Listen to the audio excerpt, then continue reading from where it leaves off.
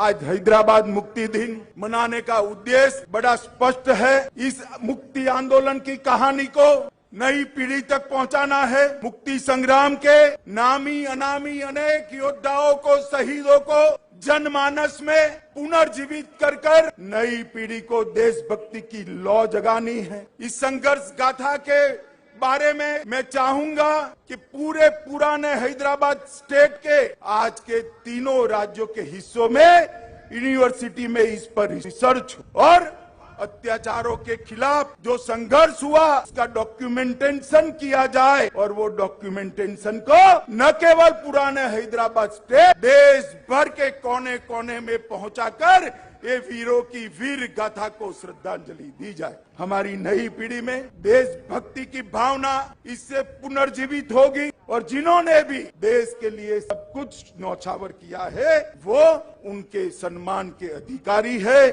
उनको अधिकार मिलेगा। ऑपरेशन पोलो का निर्णय महान सरदार पटेल ने, लोक पुरुष सरदार पटेल ने ढेर सारी कठिनाइयों के बावजूद लिया था, क्योंकि वो जानते थे जब तक निजाम के रजाकारों को परास्त नहीं करते, हैदराबाद स्टेट को आजाद नहीं करते, अखंड भारत का स्वप्न पूरा नहीं हो सकता।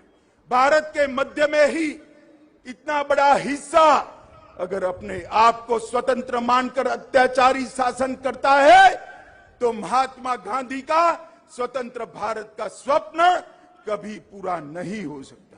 के.एम. मुंशी और सरदार पटेल ये दोनों ने, मुंशी जी ने एजेंट जनरल ए नाटे रिपोर्ट ली और माउंटबेटन के थर्ड डोमिनियन की परिकल्पना को विच्छेद करते हुए सरदार पटेल ने यहां पुलिस एक्शन लिया और हमारा ये हिस्सा आजाद हुआ। मित्रों, 13 सितंबर से 17 सितंबर 109 घंटे तक अनेक वीर यहां पर शहीद हुए। मैं अभी अभी उन वीरों के शहीद स्मारक को श्रद्धांजलि देकर यहां आया हूं। रजाकारों ने अपना डर खड़ा करने के लिए ढेर सारे नए नए कानून लगाए, चाहे विधायी का अधिकार हो, निजाम की निजी संपत्ति को निजी घोषित करना हो, सार्वजनिक कार्यक्रमों पर पाबंदी लगानी हो, हिंदुओं को मफूसा और गैर मफूसा के जमीन के अधिकार के कानून से अन्याय करना हो, महान तेलुगु, कन्नड़ और मराठी भाषा पर आक्रमण कर उर्दू माध्यम में ही शिक्षा होना ये आदेश करना हो, उद्योगों का निजीकरण करना हो, सरकारी भर्ती में अन्यायी भर्ती करनी हो या सांस्कृतिक आक्रमण करना हो, हर तरह से ये तीनों राज्यों की जनता को कुचलने का एक निकृष्ट प्रयास निजाम और उनके रजाकारों ने किया था, जिनके खिलाफ हमारे लोगों ने आंदोलन किया था और अंततोगत्वा हम विजयी हुए। कई सारे लोगों ने इसके लिए अपनी जान गंवाई। मैं 2-3 घटनाएं जरूर बताना चाहता हूं। परभणी जिले का बूढ़ा गांव, जहां एक कुएं में गांव के 300 के 300 लोगों को डालकर कुएं को मिट्टी के तेल से आग लगाकर सभी लोगों को जिंदा जला दिया गया था। इसके साथ इधर जिले के घोटा गांव में जिस तरह महिलाओं को अपमानित किया गया, आज भी हम नहीं भूल सकते। और मैं अभी तेलंगाना में मेरा बूथ प्रवास था, तब गुंडरामपल्ली गया था, वहां पर भी नृशंस हत्याकांड हुआ था। नरसिम्हा राव जी ने उसको दक्षिण के जलियांवाला बाग के नाम से स्वीकृति देने का काम किया था। ये सारे हत्याकांडों के खिलाफ, अन्यायी शासन के खिलाफ हिंदू महासभा, आर्य सभा, हिंदू जागृति समिति ने, केशवराव कोरटकर और वामनराव नाइक जैसे महानुभावों ने महान लोकमान्य तिलक से प्रेरणा लेकर ये आजादी का आंदोलन चालू किया था। मुझे आज बड़ी संतुष्टि है, मोदी जी ने हैदराबाद मुक्ति दिवस को संपूर्ण शासकीय आदेश के अंतर्गत मनाने का निर्णय कर हैदराबाद मुक्ति के आंदोलन को एक प्रकार से स्वीकृति और श्रद्धांजलि देने का काम किया है। मित्रों, सालों के बाद यह क्षेत्र में एक मांग थी कि हैदराबाद मुक्ति दिन को सरकार की अनुमोदना के साथ मनाया जाए, मगर दुर्भाग्य की बात है 75 साल चले गए। जिन्होंने यहां पर शासन किया उन्होंने वोट बैंक की राजनीति के कारण हैदराबाद मुक्ति दिन मनाने का साहस नहीं किया। वादे तो अनेक लोगों ने किए, चुनावों में वादे किए, आंदोलनों में वादे किए, मगर सत्ता पर आते ही रजाकारों की भय से पलट गए। आज मैं भारत सरकार के प्रधानमंत्री नरेंद्र मोदी जी को लाख लाख बधाई देना चाहता हूं, जिन्होंने निर्णय किया कि हैदराबाद मुक्ति दिन को मनाया जाएगा। और मुझे आश्चर्य भी नहीं है, आनंद है इस बात का कि जैसे ही मोदी जी ने घोषणा की, अब सब लोग हैदराबाद मुक्ति दिन मनाते हैं। मनाते तो है, मगर नाम हैदराबाद मुक्ति दिन नहीं देते हैं। अभी भी जहन में डर है। मैं कहना चाहता हूं उन लोगों को, अपने दिल से वो डर उखाड़ कर फेंक दो। अब रजाकार इस देश का निर्णय नहीं कर सकते। इस देश को आजादी मिले 75 साल हो गए। मित्रों, आज मैं फिर से एक बार मोदी जी को बहुत बहुत बधाई देना चाहता हूं, क्योंकि कर्नाटक, महाराष्ट्र और मेरे प्रिय तेलंगाना के सभी जनता की मन की भावना को समझते हुए इन्होंने ये हैदराबाद मुक्ति दिन मनाने का निर्णय किया। मित्रों, ऑपरेशन पोलो का निर्णय महान सरदार पटेल ने, लोक पुरुष सरदार पटेल ने ढेर सारी कठिनाइयों के बावजूद लिया था, क्योंकि वो जानते थे जब तक निजाम के रजाकारों को परास्त नहीं करते, हैदराबाद स्टेट को आजाद नहीं करते, अखंड भारत का स्वप्न पूरा नहीं हो सकता। भारत के मध्य में ही इतना बड़ा हिस्सा अगर अपने आप को स्वतंत्र मानकर अत्याचारी शासन करता है, तो महात्मा गांधी का स्वतंत्र भारत का स्वप्न कभी पूरा नहीं हो सकता। के मुंशी और सरदार पटेल, ये दोनों ने, मुंशी जी ने एजेंट जनरल ए नाटे रिपोर्ट ली और माउंटबेटन के थर्ड डोमिनियन की परिकल्पना को विच्छेद करते हुए सरदार पटेल ने यहां पुलिस एक्शन लिया और हमारा ये हिस्सा आजाद हुआ। मित्रों, 13 सितंबर से 17 सितंबर 109 घंटे तक अनेक वीर यहां पर शहीद हुए। मैं अभी अभी उन वीरों के शहीद स्मारक को श्रद्धांजलि देकर यहां आया हूं। रजाकारों ने अपना डर खड़ा करने के लिए ढेर सारे नए नए कानून लगाए, चाहे विधायी का अधिकार हो, निजाम की निजी संपत्ति को निजी घोषित करना हो, सार्वजनिक कार्यक्रमों पर पाबंदी लगानी हो, हिंदुओं को मफूसा और गैर मफूसा के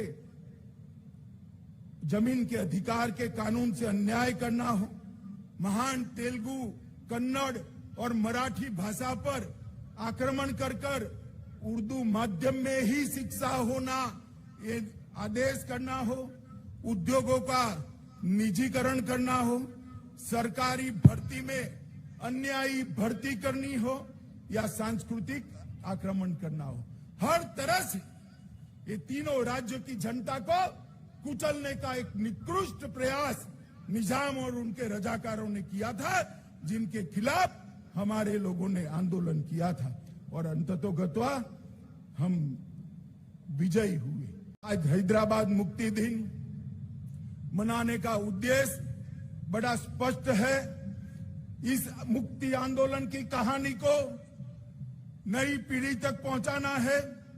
मुक्ति संग्राम के नामी अनामी अनेक योद्धाओं को, शहीदों को जनमानस में पुनर्जीवित कर नई पीढ़ी को देशभक्ति की लौ जगानी है। इस संघर्ष गाथा के बारे में मैं चाहूंगा कि पूरे पुराने हैदराबाद स्टेट के आज के तीनों राज्यों के हिस्सों में यूनिवर्सिटी में इस पर रिसर्च हो और अत्याचारों के खिलाफ जो संघर्ष हुआ उसका डॉक्यूमेंटेशन किया जाए और वो डॉक्यूमेंटेशन को न केवल पुराने हैदराबाद स्टेट, देश भर के कोने कोने में पहुंचाकर ये वीरों की वीर गाथा को श्रद्धांजलि दी जाए।